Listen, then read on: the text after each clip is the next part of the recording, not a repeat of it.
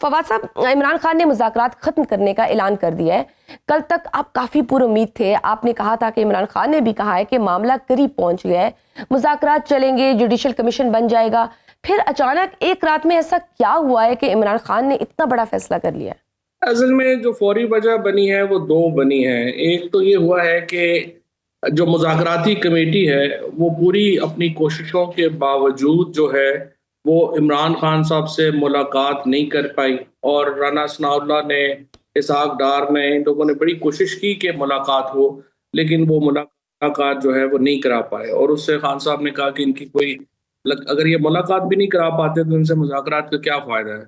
और दूसरा, फिर कल जो हामिद रज़ा के घर के ऊपर जो पुलिस रेड हुआ, और उस जो सरबराह है हमारी इस कमेटी के, वन ऑफ द तर्जुमान है इस कमेटी के, उसके बाद फिर तलखी जो है वो बढ़ गई। अदरवाइज खान साहब तो चाहते थे कि मुज़ाकरात आगे बढ़ें, और उन्होंने अब कहा कि अगर जुडिशल कमीशन नहीं बनाते तो फिर फ़ायदा नहीं है, ना करें।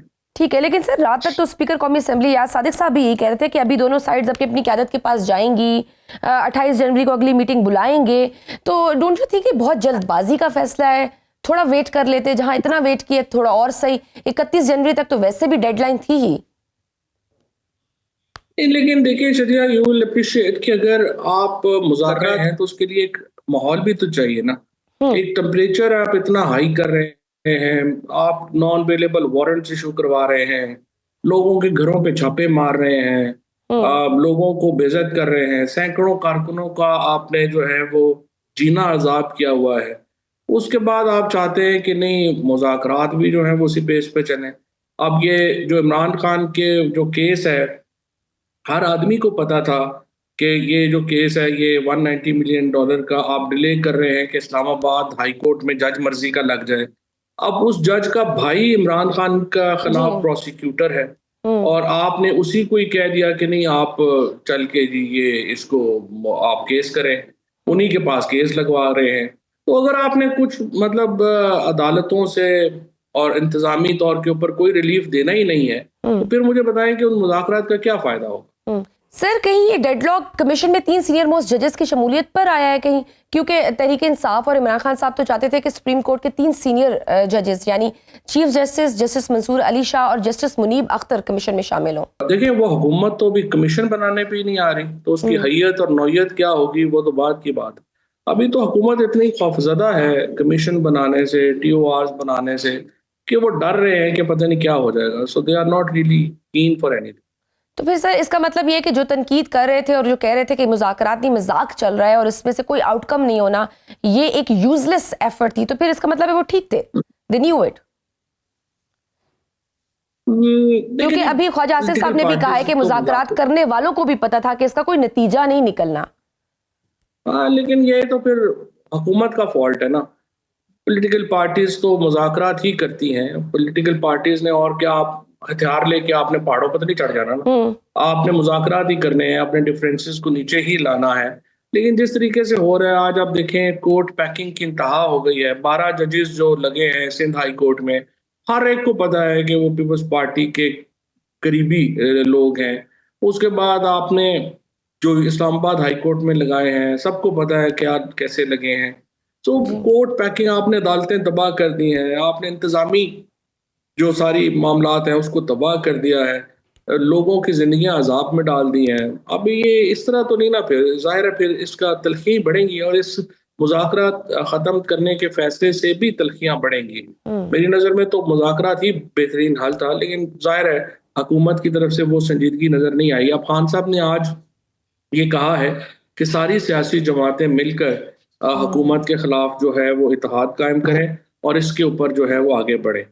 तो अब एक प्रपोजिशन अलायंस की तरफ बात जा रही है, वो देखते हैं कितना टाइम लगता है। लेकिन सर फिर जिस तरह से हमने देखा कि अलीमीन गंडापुर साहब भी मौलाना फजल रहमान साहब के बारे में क्या क्या कहते रहे, फिर वहां से भी किस तरह से फिर आप मौलाना फजल रहमान साहब को भी ऑन टेबल लेकर आएंगे, किन टर्म्स पे और किन ग्राउंड्स पे?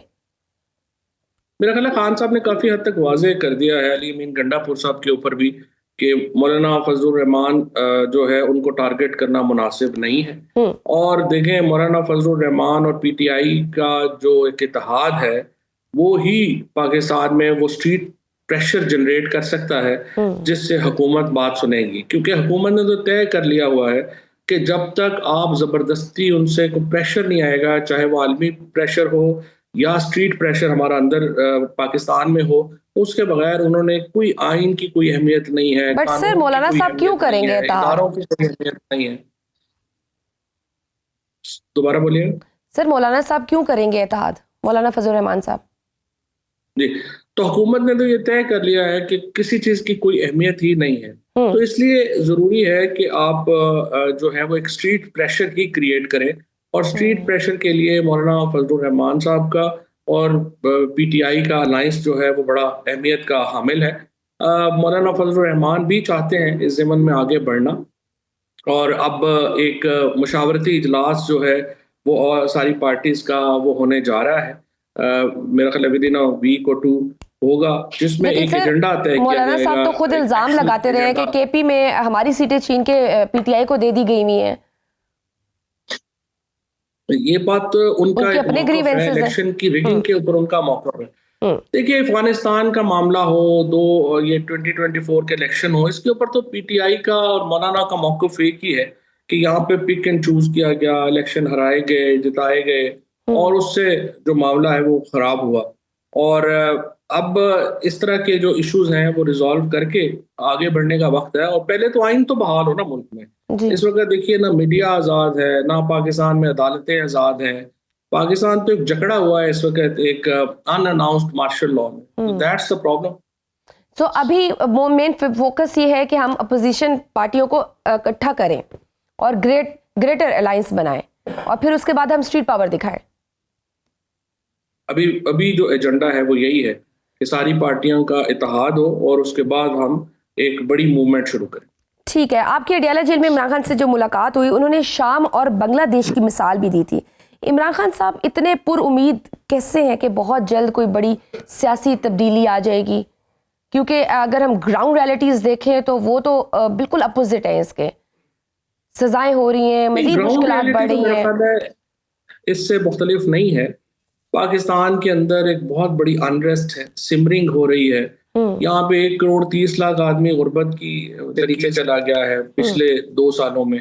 बहुत ज़्यादा लोग जो है वो मुल्क छोड़ के जा रहे हैं। जो पाकिस्तान में इस वक्त जो सिचुएशन है वो तो बहुत ख़राब है, और इसीलिए इमरान खान समझते हैं कि पाकिस्तान के हालात जो हैं वो ऐसे हैं कि अगर हमने पॉलिटिकल पार्टीज अपना रोल अदा नहीं करती तो यहाँ पे हालात जो हैं वो ख़राब होंगे। वो तो कह रहे हैं कि हम मुज़ाकरात करना चाहते हैं, आगे बढ़ना चाहते हैं, और एक पुरअमन तरीके से तब्दीली की हामी है वो, लेकिन अनफॉर्चुनेटली हुकूमत की तरफ से इसमें कोई दिलचस्पी नज़र नहीं आ रही।